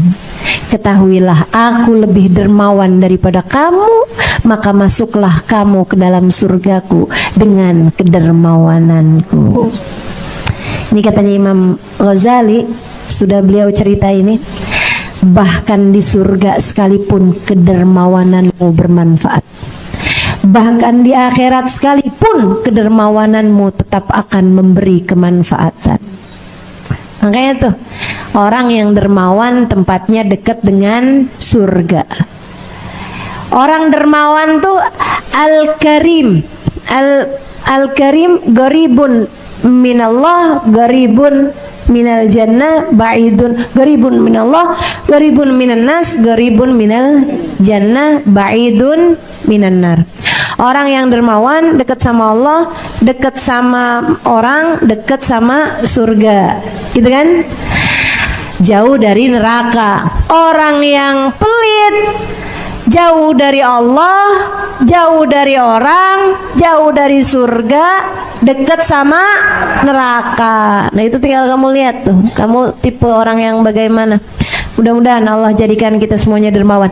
Kamu gak bisa mikir, kalau gitu saya maksiat aja banyak-banyak, satu kebaikan saya ntar saya mau sumbangin biar kita berdua masuk dalam surga. Ya, gimana ceritanya tuh? Minasirat wal mizan wal haud, dan juga haud telaganya Nabi kita Muhammad sallallahu alaihi wasallam, yang kata Nabi, inna haudi ma baina Ailah wa San'a, sungguhnya telagaku itu seluas dari Ailah. Ailah tuh kota di Mesir, wa San'a kota di Yaman. Itu telaganya Nabi itu panjang kayak lebih panjang daripada Jakarta Surabaya gitu. Walahu minal abari ka'adat nujumis sama, punya cangkir sebanyak bilangan bintang di angkasa. Itu cangkirnya banyak. Umatnya tuh pasti bakalan kebagian, ya, umat semua kebagian. Yang gak kebagian orang yang bukan umatnya Nabi Muhammad. Dan itu ada orang-orang, kata Nabi Muhammad, habis cerita tentang telaganya, lebih manis daripada madu, lebih putih daripada susu.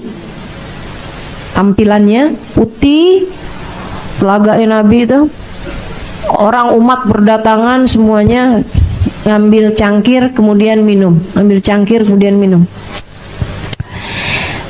Orang yang minum dari telaganya Nabi insya Allah masuk surga nantinya, karena dijanjiin sama Nabi, man syarib minhu lam yadma ba'daha abada. Siapa yang minum dari telaga itu nggak akan haus selamanya. Orang di neraka tuh pasti kehausan. Jadi orang kalau minum dari telaganya Nabi berarti artinya dia akan masuk surga gitu. Nah ini teman-teman sekalian, bagian dari syafaatnya Nabi Muhammad. Telaganya Nabi itu bagian dari syafaatnya Nabi kita Muhammad alaihissalam. Tapi ternyata ada orang-orang yang, kata Nabi Muhammad, faltafattu faidan biaqwam. Saya menoleh, ternyata ada orang-orang yang tampilannya kayak tampilan umat Nabi. Tampilannya nih kayak tampilan umat Nabi. Kalau perempuan dia kerudungan gitu ya, bahkan kadang-kadang kerudungannya lebih lebar-lebar gitu. Kalau laki-laki itu tampilannya emang kayak tampilan umat Nabi gitu, sarungan, pecian gitu ya, bahkan jenggotan juga gitu. Sehingga sekalian tampilannya kayak umat Nabi. Mereka mau minum dari telaga Nabi, diusir sama para malaikat, ditendang-tendang sama malaikat. Nabi ngelihat itu, kemudian Nabi Muhammad bilang, ummati, ummati, malaikat biarin apa, itu kan umat saya tuh, itu kan umat saya. Modelannya tuh kayak umatnya Nabi banget gitu. Jadi Nabi nggak tega, dan mereka mau masuk kan artinya memang umatnya Nabi gitu. Ditendang-tendang sama malaikat, enggak, sana, bukan, kamu bukan. Ummati, kata Nabi Muhammad bilang sama malaikat. Malaikat bilang, suhqan lahum ya Muhammad, innaka la tadri ma yafaluna ba'dak. Enggak nih wahai Rasulullah, yang ini bukan umatmu, meskipun kelihatannya kayak iya. Kelihatannya kayak iya. Kamu nggak tahu aja apa yang mereka buat sesudahmu itu. Ini serem sih. Siapa nih mereka ini?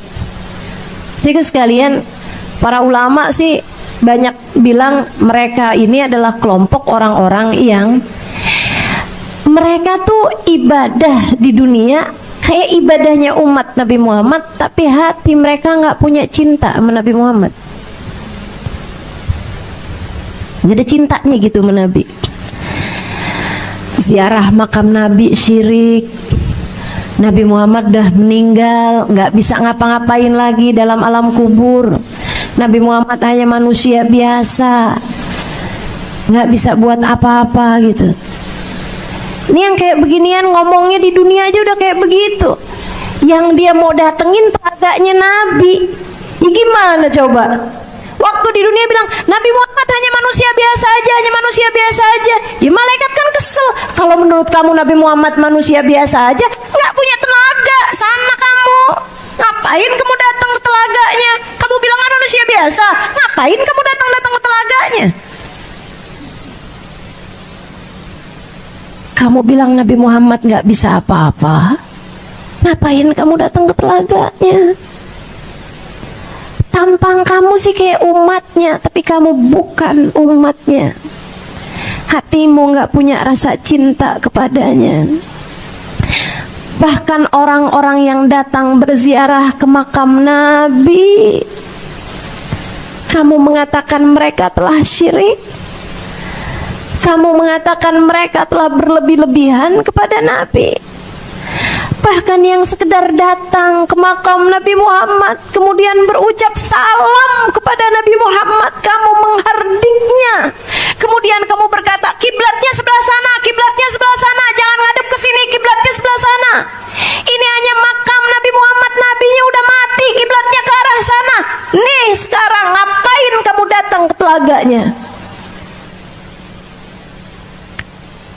Jangan sampai kita, anak-anak kita, turunan-keturunan kita ikut sama pemahaman-pemahaman yang tidak bertanggung jawab semacam itu. Agama ini agama cinta.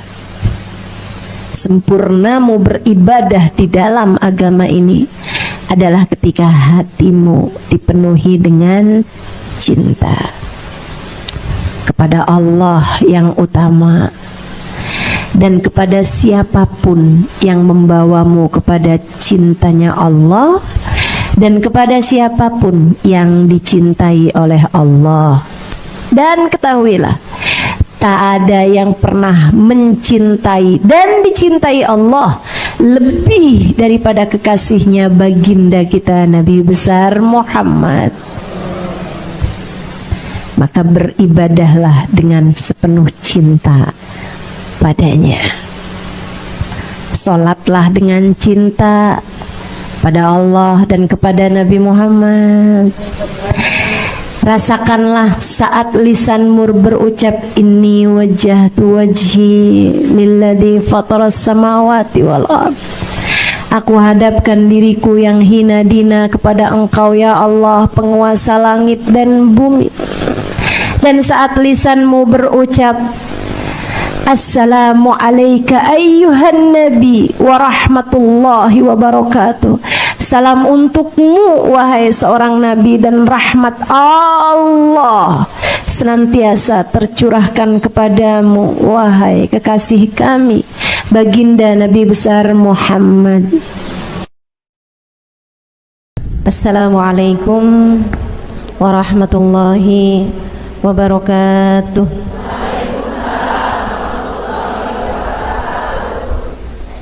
Alhamdulillah, wassalatu wassalamu ala rasulillah Muhammad ibn Abdillah wa ala alihi wa sahbihi wa man wala.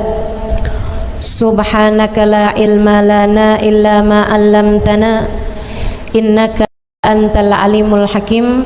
Rabbi shrah li sadri wa yassir li amri wahlul 'uqdatan min lisani yafqahu qawli, amma ba'du. Baik, sebelum kita mulai, kita akan baca niat belajar bersama-sama. Mudah-mudahan ilmunya nanti sekali lagi jadi ilmu yang manfaat buat kita sekalian. Bismillahirrahmanirrahim. Nawaitu ta'allum wa ta'lim wan naf'a wal intifa' wal mudzakarah wat tadhkir wal ifadah wal istifadah wal hidza ala tamassuk bi kitabillah wa sunnati rasulillah sallallahu alaihi wa alihi wasallam wa du'a ilal huda والدلالة على الخير ابتغاء مرضاته وقربه وثوابه وحسن الخاتمة مع اللطف والعافية وصلاح العاقبة برحمتك يا أرحم الراحمين.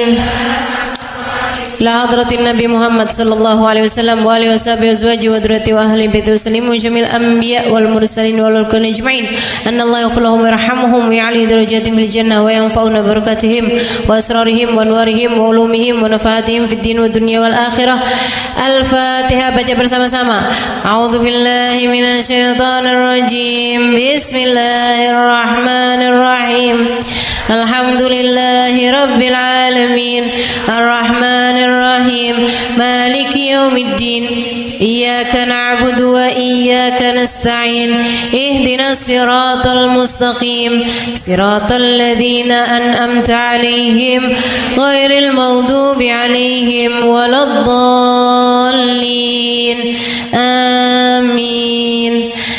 Taqabbalallah minna wa minkum, taqabbal ya karim. Kenapa kita banyak salah kalau ngomong? Karena kita kalau ngomong dari nafsu kita. dari keinginan kita. Kita pengen ngomong, kita ngomong, gitu kan? Banyak salahnya nih akhirnya. Mudah-mudahan Allah selalu bimbing kita, insya Allah. Amin. Makanya orang yang paling banyak salahnya itu yang banyak ngomong dari hawa nafsunya. Kalau ngomongnya berdasar dari ilmu, kayak guru lagi ngajar, nah itu lain. Karena ngomongnya berdasar dari ilmu. Kayak orang tua lagi nasehatin anaknya, nah itu banyak benernya.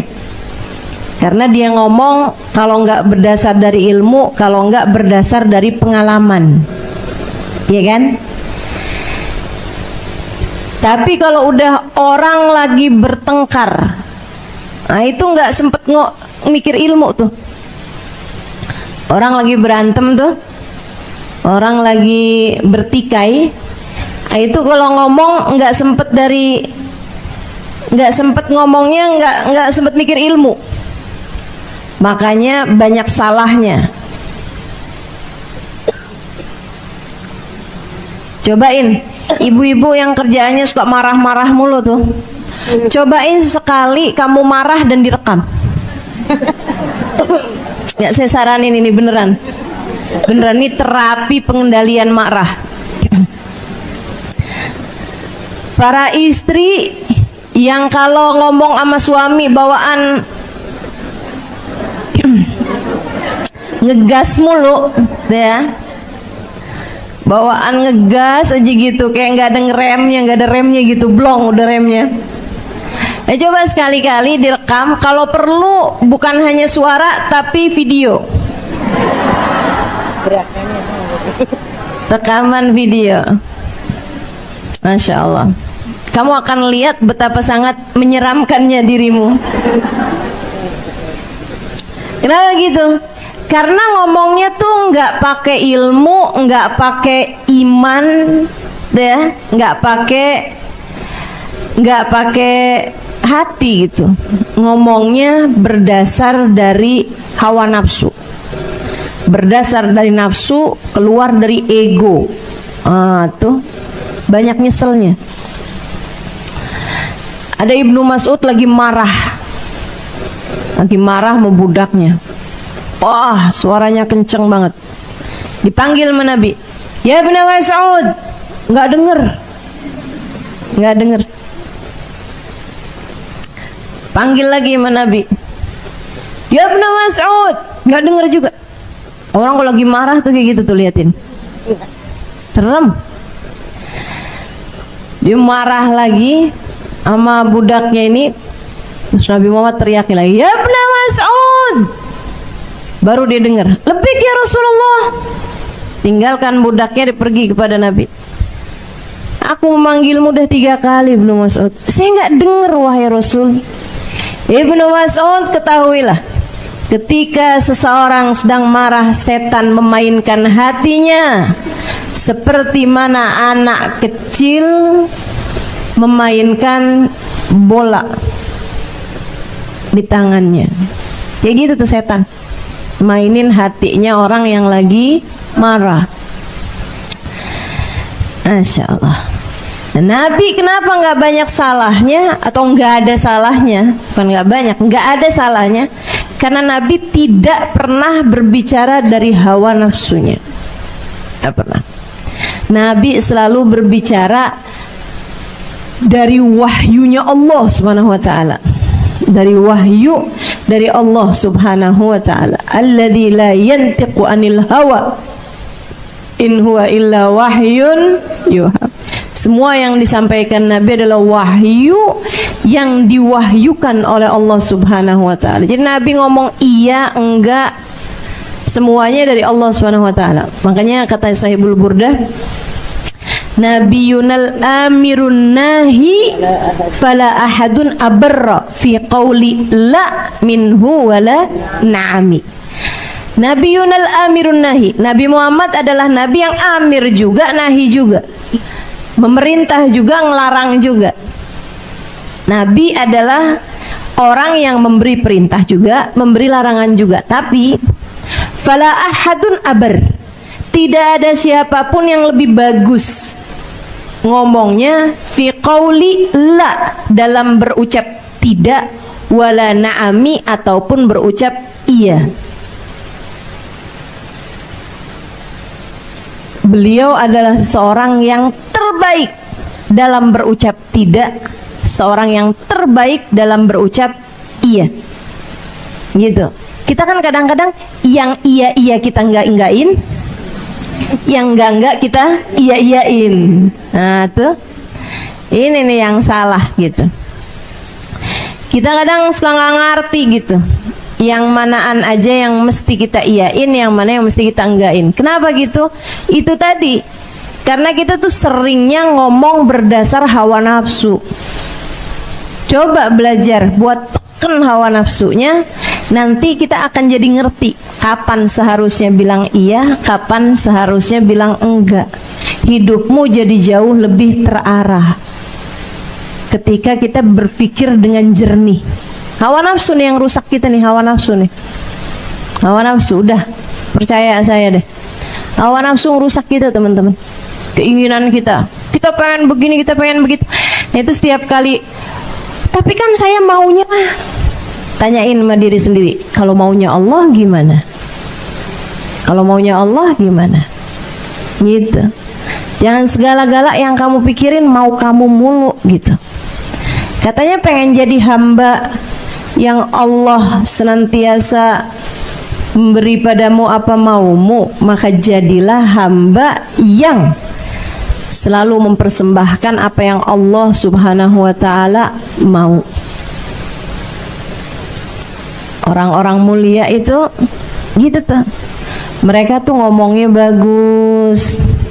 Saya tuh dulu pernah mikir gitu kan, saya kalau ketemu banyak kayak orang-orang yang lurus-lurus, orang-orang yang ahli ibadah gitu di kampung saya gitu, kayak orangnya tuh nyeremin gitu. Maksudnya tuh dalam artian kayak kalau ngomong banyaknya tentang urusan kayak neraka gitu-gitu kan, serem-serem gitu. Jadi saya dulu punya pemikiran bahwa, saya rasa sih pemikiran anak zaman sekarang juga loh, mereka tuh suka ngelihat orang tuh kalau salik, kalau ngerjain apa yang diperintah sama Allah, kayak mendadak jadi menyeramkan gitu, mendadak jadi menakutkan gitu. Kalau ngomong tuh yang dosa, neraka, murka gitu loh, urusannya tuh kayak yang awas nak, nggak boleh gitu, nanti begini gitu, kayak nyeremin kayak gitu. Dulu saya punya pemikiran bahwa orang-orang yang jalanin agama dengan benar itu menjadi orang-orang yang menyeramkan, orang-orang yang galak, orang-orang yang bicaranya tentang akhirat, yang akhiratnya itu urusannya adalah neraka gitu. Saudaraku sekalian yang saya muliakan, ketika saya kemudian mulai belajar di pondok pesantren, belajar lagi di pondok pesantren, belajar lagi di pondok pesantren, emang saya kerjaannya belajar di pondok pesantren, sampai kemudian saya berangkat ke kota Tarim. Ternyata sebaliknya, orang-orang yang paling dekat dengan Allah selalu adalah orang-orang yang paling dapat memberikan pengharapan. Orang-orang yang paling dekat dengan Allah selalu adalah orang-orang yang paling adem-adem hatinya. Semakin dekat sama Allah Subhanahu wa ta'ala, semakin memberikan ketenangan.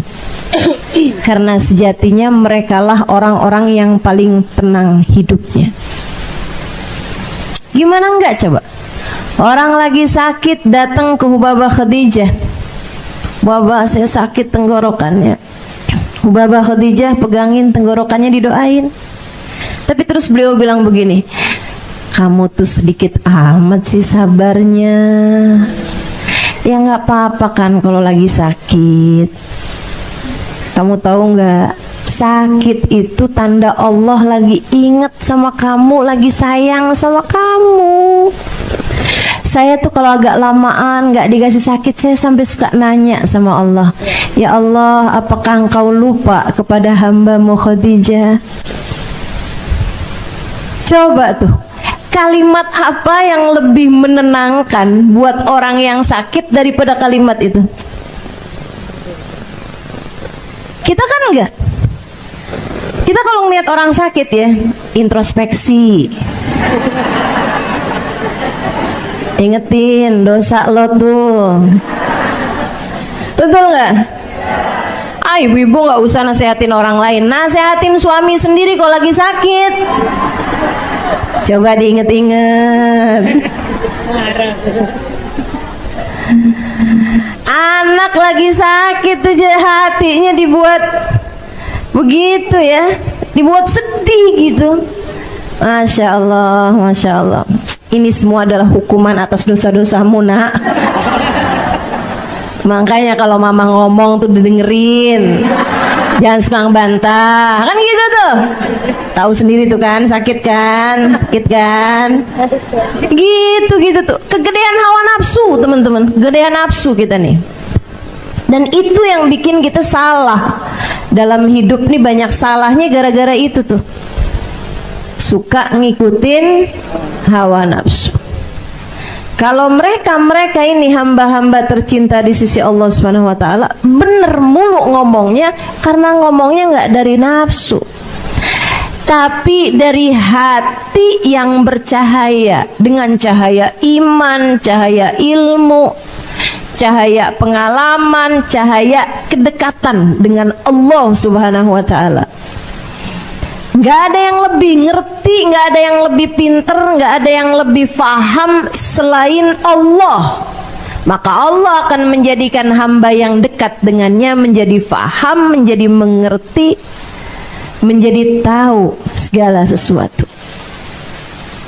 Kayak baginda kita Nabi besar Muhammad SAW, selalu benar terhadap ucapannya, semuanya gitu. Orang-orang yang ngikutin jalannya Nabi Muhammad juga gitu. Sampai saya ingat nih ucapannya Farazdak. Farazdak itu seorang penyair kaliber, penyair nomor 1 di negeri Arab pada masa tabi'in, masa sesudah masanya sahabat, nggak menangin Nabi Muhammad, nggak dapetin masa hidupnya Nabi. Dia hidup di masanya para sahabat sebagai seorang tabi'in. Ketika Sayyidina Ali Zainal Abidin itu anaknya Sayyidina Husain bin Ali bin Abi Thalib radhiyallahu taala anhum wa ardahum. Sayyidina Husain ini teman-teman, ibadahnya tiap malam 1000 rakaat. 1000 rakaat. Bayang gak sih? Ibadah malamnya 1000 rakaat. Bersama dengan itu hatinya merunduk sampai kayak yang kalau orang sebut-sebut neraka gitu, kayak yang saya tuh gitu. 1000 rakaat loh ini. Kita jangan kata 1000 rakaat, baru 2 rakaat gitu kan, di waktu malam bisa tahajud, 3 rakaat witir gitu. Udah berasanya kalau hadir di majelis tuh pantesnya duduk paling depan. Kalau perlu sebelahan ustazah.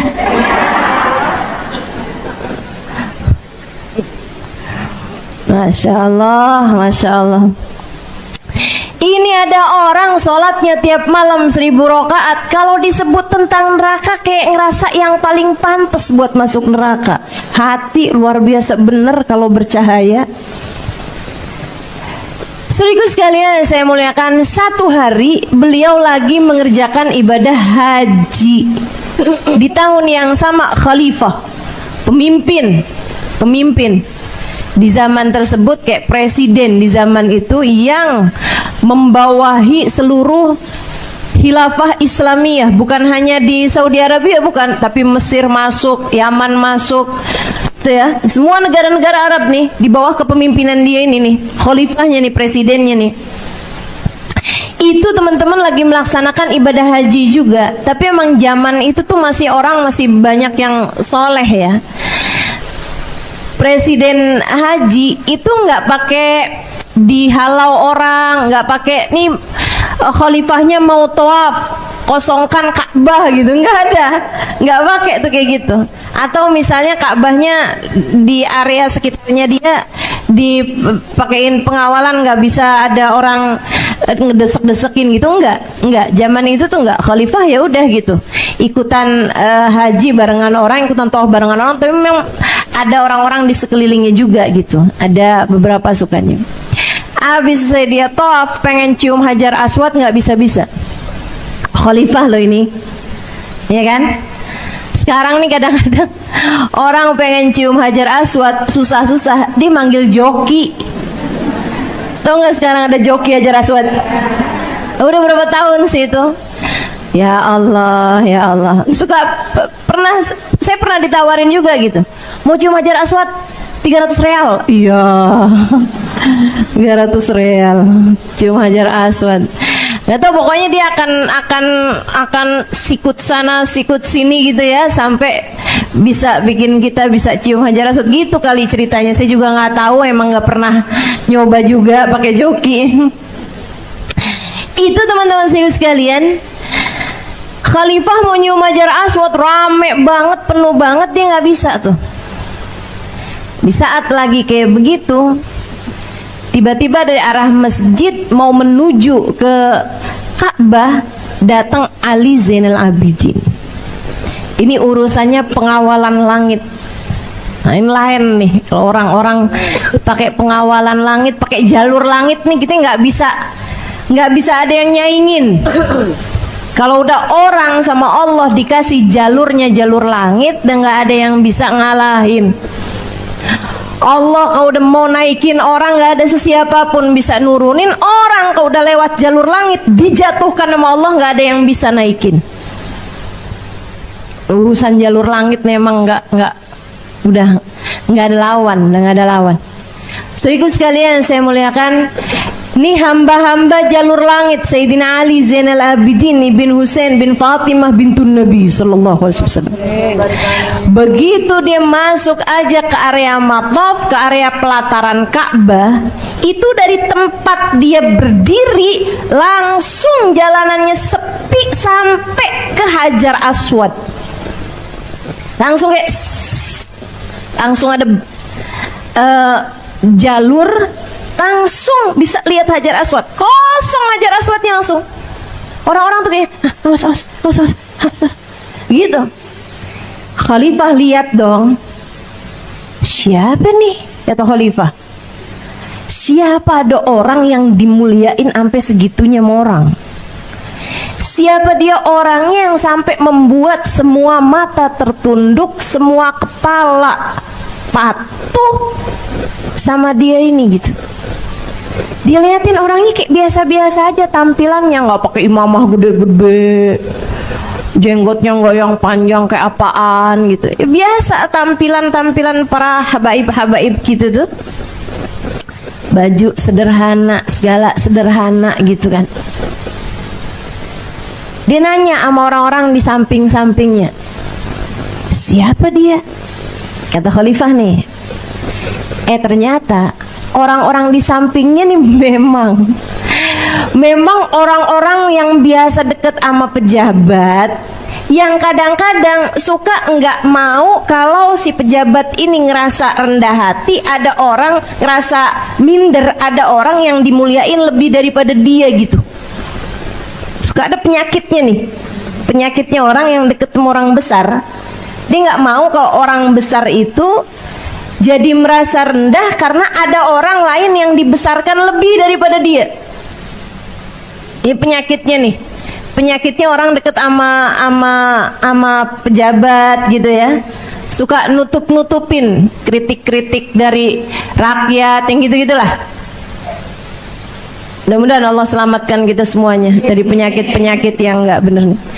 Dia bilang kayak gini, dia kenal. Cuma dia bilang, tahu tuh siapa sih tuh? Kayak nadanya tuh kayak yang songong amat, siapa sih tuh? Gitu. Nadanya kayak yang siapa sih emang? Pura-pura nggak kenal. Pura-pura nggak kenal. Pak Rozdak pas kebenaran banget ada di situ.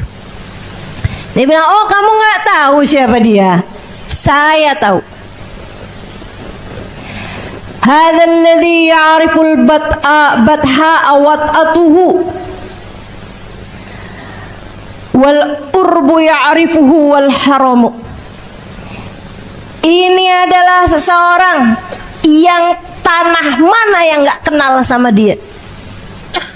Tanah Mekah ini kenal kepadanya.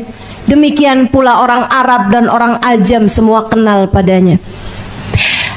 Hadza ibnu Fatimah in kunta jahiluhu bijaddi anbiya Allahi qad khutimu. Ini adalah putranya Fatimah, putri Nabi Muhammad. Jika kamu nggak tahu, kakeknya lah, dengan kakeknya lah semua nabi-nabi dipungkasi. Diakhirinya nabi-nabi dengan kakeknya dia. Hadat taqiyun nakiyul alimul alamur. Tuh dibawa tuh syair, bait syair yang sangat panjang sekali. Salah satu dari pujiannya yang bikin saya ingat sama cerita ini. Maqala la qattu illa inda tasyahudihi laula tasyahudu kanat la'uhu na'amu. Dia adalah seseorang yang gak pernah berkata tidak kecuali saat syahadatnya. Andai tidak karena syahadat, la-nya akan berubah juga menjadi na'am. Syahadat la ilaha illallah. Ini Sayyidina Ali Zainal Abidin, katanya Farazdaq, adalah seseorang yang tidak pernah berkata tidak. Selalu iya aja. Satu-satunya tidaknya adalah di kalimat la ilaha illallah. Andai tidak karena syahadat, andai tidak karena tasyahud, syahadat, la-nya juga bakal berubah jadi na'am juga. Saya ketika baca ini saya pikir-pikirin, ya Allah, saya nih dalam hidup kebanyakan bilang enggak terhadap keputusan-keputusan Allah dalam hidup. Saya kayaknya kebanyakan bilang enggak, kebanyakan protesnya daripada iyanya. Dikasih sehat panjang banget, jarang-jarang bilang naam, naam, naam. Giliran dikasih sakit dikit langsung bilang kenapa ya. Iya, kamu juga ngelihat suami kayak yang duh